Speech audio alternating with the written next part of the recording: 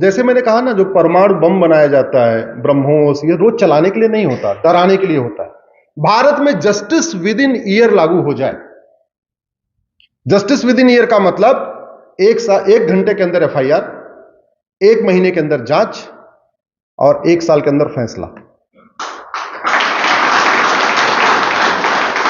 ये justice with in year हो जाए तो अराजकता, अपराध, भ्रष्टाचार बहुत कम हो जाएगा। सड़क के किनारे अवैध निर्माण इसलिए होता है, उसको पता अवैध निर्माण कर लिया, अब इसको कोई तुड़वाएगा नहीं, और तुड़वाएगा भी तो कोई फर्क नहीं पड़ेगा। ठीक है, 20-25 साल कब्जा रखेंगे, दुकान चलाएंगे, अपनी कुछ खोल के रखेंगे, 30 साल के बाद तोड़ भी दिया गया तो क्या फर्क पड़ता है। अवैध निर्माण इसलिए हो रहा है क्योंकि हमारे पास अवैध निर्माण के खिलाफ कठोर कानून नहीं है। भारत में इतने सारे कथावाचक हैं, महामंडलेश्वर हैं, आचार्य हैं, सुबह से शाम तक बहुत सारे टीवी के चैनल हैं, सब कहते हैं सच बोलो, सच बोलो, सच बोलो। इसके बाद भी झूठे मुकदमे हो रहे हैं, झूठी गवाही हो रही है, सब कुछ झूठा झूठा हो रहा है। हो रहा है कि नहीं? फेक केसेस हो रहे हैं कि नहीं हो रहे? जानते हैं क्यों? क्योंकि झूठ बोलना पाप तो है, लेकिन झूठ बोलना अपराध नहीं है। दुनिया के कई देशों में झूठ बोलना गंभीर अपराध है। फिर मैंने एक पीआईएल फाइल किया कि नार्को पॉलीग्राफ ब्रेन मैपिंग कानून बनाओ और झूठ को गंभीर अपराध घोषित करो। मैं गारंटी के साथ कहता हूं, एक नार्को पॉलीग्राफ ब्रेन मैपिंग कानून बन जाए और झूठ बोलने को गंभीर अपराध घोषित कर दिया जाए 10 से 20 साल की सजा का, और हर जिले में एक narco polygraph brain mapping lab बना दिया जाए। मैंने इसकी कैलकुलेशन किया, एक लैब बनाने का 1 करोड़ रुपए खर्चा है। भारत में 750 जिले हैं, इसका मतलब 750 करोड़ रुपए में पूरे देश में narco polygraph brain mapping lab बन जाएगी। और 500 करोड़ तभी एक सांसद के पास पकड़ा गया।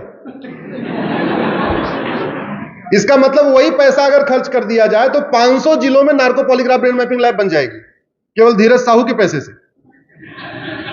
और एक आध को और पकड़ लो, 250 और मिल जाएगा, तो पूरे देश में मतलब 2 सांसद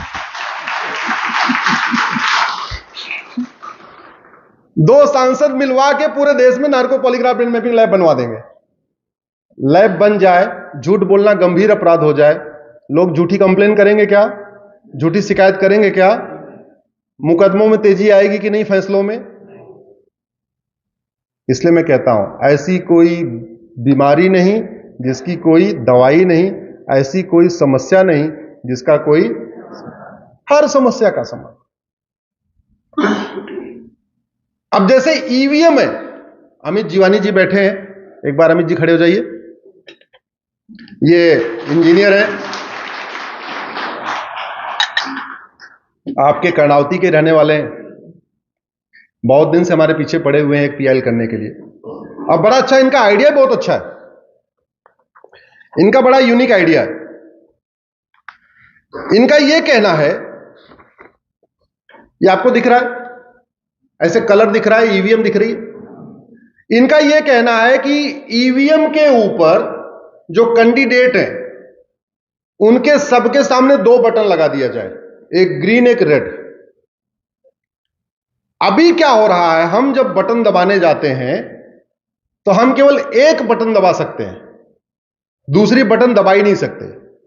मान लीजिए 10 कैंडिडेट में हमको 5 कैंडिडेट अच्छे लग रहे हैं, तो हम क्या करें?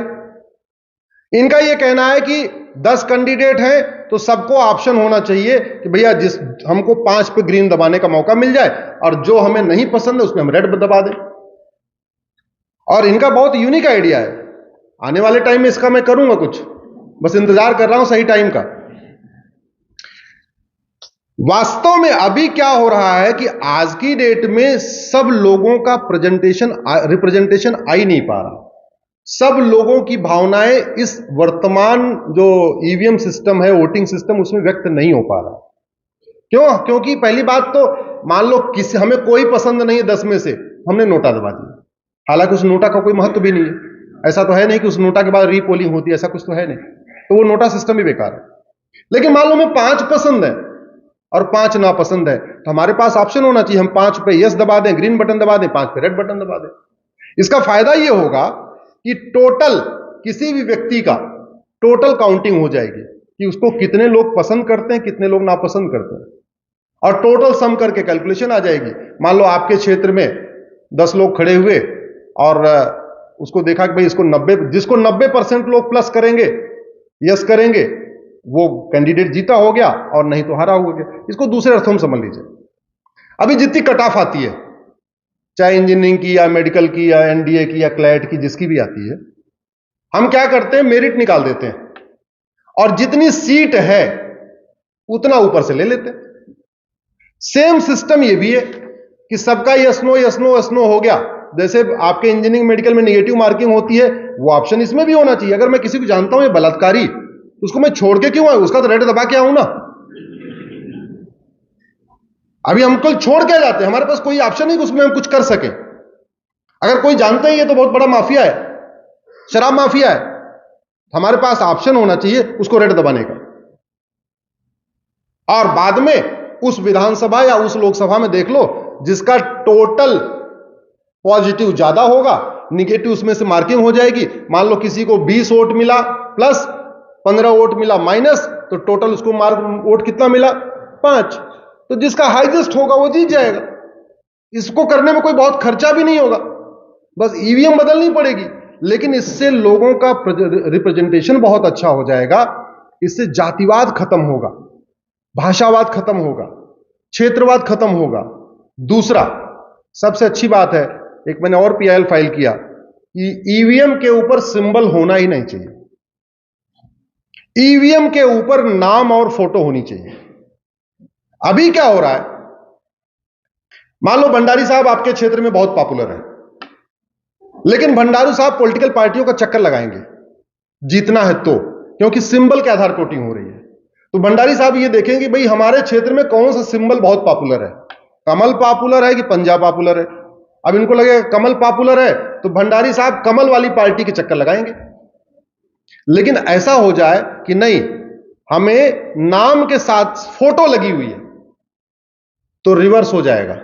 ये कमल, झाड़ू, पंजा सारे भंडारी साहब के यहां चक्कर लगाएंगे और भंडारी साहब को बोले काम करो जी, आप हमारे यहां से चुना, आप हमारी पार्टी के सदस्य बन जाओ, और अब क्योंकि आपकी फोटो बहुत पॉपुलर है। आप समझ रहे हैं मेरा पॉइंट? अब भी पूरी तरीके से पार्टी स्पेसिफिक चुनाव हो गया है, कैंडिडेट स्पेसिफिक नहीं है। संविधान में पॉलिटिकल पार्टी का कोई जिक्र ही नहीं है। संविधान में किसका जिक्र है? कैंडिडेट का। और वास्तव में संसद विधानसभा में अच्छी पार्टी नहीं, अच्छा कैंडिडेट चाहिए, जो पढ़ा लिखा हो, समझदार हो, कानून का जानने वाला हो, मेहनती हो, ईमानदार हो। अभी क्या हो, आप कितने भी मेहनती हो, कितने भी ईमानदार हो, आपको पार्टी का चक्कर लगाना पड़ेगा। अगर ये उल्टा हो जाए कि ईवीएम के ऊपर फोटो हो जाए, तो हम अपने क्षेत्र में अपना मेहनत से काम करते रहेंगे, पार्टियां खुद ही हमारे पास आएंगी, भाई काम करो, हमारे पार्टी से लड़ लो आप। इसका रिवर्स हो जाएगा कि नहीं हो जाएगा? मैंने पीएल फाइल किया था कि सिंबल की जगह पार्टी वो व्यक्ति कैंडिडेट की फोटो होनी चाहिए। लेकिन जो दूसरा हमारे अमित जीवानी जी ने सजेस्ट किया है कि इसमें दोनों ऑप्शन, पॉजिटिव और निगेटिव दोनों ऑप्शन होना चाहिए, इस पर भी काम नहीं हुआ है, वेट कर रहा हूं। जैसे ही इस पे होगा, इससे गंदे लोगों को आउट करने में आसानी हो जाएगी। कैसे? कि मान लो कोई आदमी बदमाश है, अभी उसने जाति का जहर घोल के, भाषा का जहर घोल के, शराब बांट के, पैसे बांट के, उसने मान लो अपने क्षेत्र में 1 लाख वोट मजबूत, 1 लाख वोट का इंतजाम कर लिया। तो अभी उसकी 1 लाख वोट काउंट होती है ना। लेकिन सबको तो नहीं खरीद सकता ना अपने क्षेत्र में। अब जब सबको ये ऑप्शन मिला कि हम पॉजिटिव भी दबाएंगे, निगेटिव भी दबाएंगे, तो 1 लाख वोट खरीदा, पूरे क्षेत्र को तो नहीं खरीद सकता, बाकी लोग उसको माइनस करके आ जाएंगे, तो उसका नेट रिजल्ट क्या होगा? 0। समझ गए नहीं आप क्या कह रहा हूं मैं? उसका नेट रिजल्ट क्या होगा? भाई 1 लाख वोट खरीद लिया, 2 लाख वोट खरीद लिया, शराब के दम पे, पैसे के दम पे, जाति की बात करके, कुछ और करके। लेकिन 100% लोगों को ना वो खरीद सकता है, ना बहला सकता है, ना फुसला सकता है। तो बाकी लोग जाएंगे, उसकी निगेटिव वाली बटन दबा के आएंगे, लाल वाली बटन दबा के आएंगे, तो उसका पूरी मेहनत पानी में गई कि नहीं गई? सीधी सी बात। ये बहुत अच्छा सिस्टम हो जाएगा। पॉलिटिक्स से क्रिमिनलाइजेशन भी खत्म होगा, पॉलिटिक्स से कास्टिज्म भी खत्म होगा, पॉलिटिक्स से जो है करप्शन भी खत्म होगा, पॉलिटिक्स से नेपोटिज्म भी खत्म होगा। जैसे मान लो सोनिया जी है, अब रायबरेली में मान लीजिए 20 लाख वोट है, तो भैया ठीक है कि हमको 5-6 लाख वोट फिक्स है, ये हमको पंजे पे जाना है, तो सोनिया जी जीत क्या जाती हैं। अब ये हो जाए कि नहीं सबको सब बटन दबाना है, तो मान लो 5 लाख पंजे वाले ने पंजे पे दबाया, बाकी 15 लाख लोगों ने लाल वाली बटन दबा दिया, तो सोनिया जी की नेट वोट कितनी हो गई? -10 लाख। इससे यह भी पता चलेगा इलेक्शन के बाद कि आदमी कितना अनपॉपुलर है, कितना ये निगेटिव है। इसका फायदा होगा कि अगली बार कोई पार्टी उसको टिकट भी नहीं देगी। बोलिए भैया इसका तो निगेटिव वोट आ रहा है, ये तो जीरो भी नहीं आ रहा, माइनस में जा रहा है इसकी वोट, एक काम करो इसको नहीं देना। धीरे धीरे धीरे धीरे निगेटिव लोग पार्टी से बाहर आ जाएंगे, पॉजिटिव लोग आना शुरू हो जाएंगे, प्रोफेसर आएंगे, लॉ मेकर आएंगे, बाकी पढ़े लिखे लोग आएंगे, और इसका सिस्टम गड़बड़ है। इसीलिए अगर आप देखिए तो पॉलिटिक्स में सांसदों, विधायकों, मंत्रियों की क्वालिटी लगातार डिटेरियोरेट हो रही है। आप पहली लोकसभा उठा के देखिए, उस समय कौन कौन गए थे। आप पहले कानून मंत्री को बाद के कानून मंत्रियों से कंपेयर करके देखिए। ऐसा नहीं कि डॉक्टर अंबेडकर पैदा होना बंद हो गए, ऐसा नहीं कि डॉक्टर अंबेडकर जैसा कोई पैदा ही नहीं हो रहा है, हो रहे हैं। दिक्कत यह आ रही है डॉक्टर अंबेडकर को लोग कानून मंत्री नहीं बना रहे हैं, और वो फॉल्ट है इस एग्जिस्टिंग सिस्टम का। ये सिस्टम ठीक हो जाए, व्यवस्था ठीक हो जाएगी। इसी के साथ मैं अपनी बात खत्म करता हूं, और मुझे बताया गया कुछ क्वेश्चन भी लेना है, तो जो कुछ क्वेश्चन लेना है इसके बाद चर्चा करते हैं। धन्यवाद।